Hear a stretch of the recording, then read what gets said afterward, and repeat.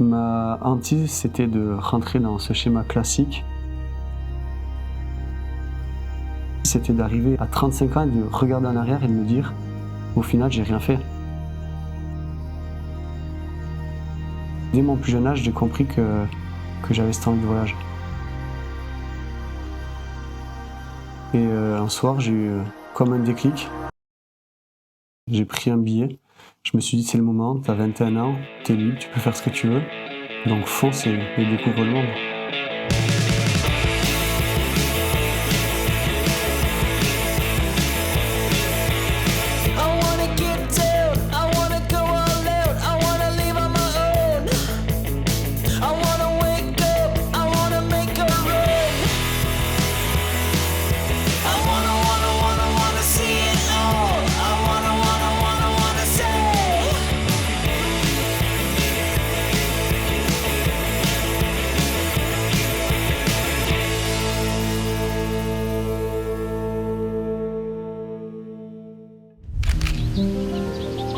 Dès que je vais en montagne, mon rituel c'est de me poser et de regarder tout simplement, d'observer, d'écouter les oiseaux,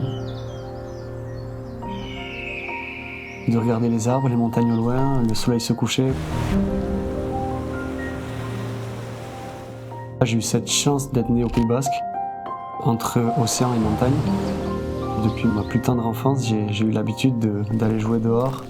Et assez tôt, à l'âge de 17-18 ans, j'ai commencé à avoir cette envie de voyage, de découverte d'un autre monde, d'une autre culture.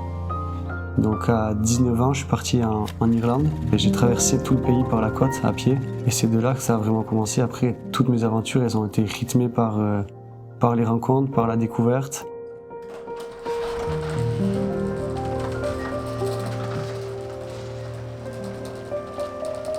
Quand je suis au Pays Basque, je peux être tracassé parce que mon téléphone ne marche plus, parce que mon ordinateur ne marche plus. Quand j'étais sur ce vélo en Amérique du Sud, tous ces petits soucis disparaissent en fait. Quand j'étais sur mon vélo, j'avais juste besoin d'avoir de l'eau, à manger, et puis peut-être un ami qui m'accompagne à vélo à côté et me dire ouais, c'est ça le vrai bonheur. J'ai besoin que de ça en fait.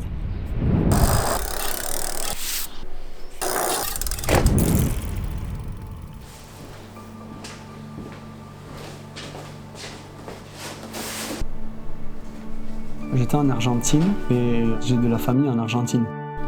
Eux, ils avaient une petite maison, ils avaient du bétail et ils vivaient de ça en fait, tout simplement. Ces gens-là, ils n'ont pas d'enfants et ils ont un cœur immense et en fait, je me suis senti comme leur fils, tu vois. C'était pour moi comme une deuxième maison.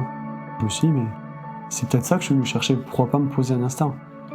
Et en fait, un soir, je reçois un appel de ma mère et de suite j'ai eu un très mauvais pressentiment en fait. Et quand elle m'appelle, je vois son visage avec ma grand-mère et elle m'annonce que mon grand-père il est décédé.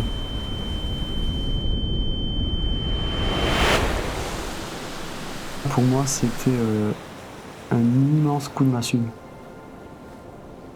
Je suis profondément touché et blessé et triste et je suis dans un état où je suis inconsolable, mais j'ai quand même cette lueur d'espoir de me dire, tu vois, la vie, à tout instant, elle peut basculer.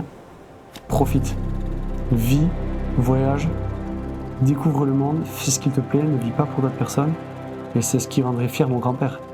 De me dire, mon petit-fils, ok, il est parti au bout du monde, bon, on est inquiet pour lui, mais mon petit-fils, il est heureux, et mon petit-fils, il vit sa vie.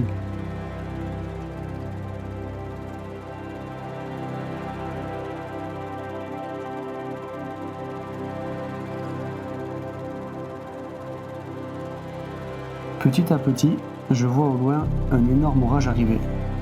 Je comprends vite qu'il sera inévitable.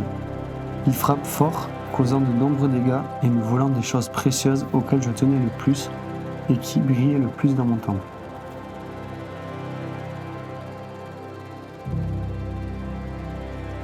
Cependant, elles n'ont pas réellement disparu puisque chaque soir, comme ce soir, en regardant le ciel, je peux voir scintiller ce que l'orage m'a volé.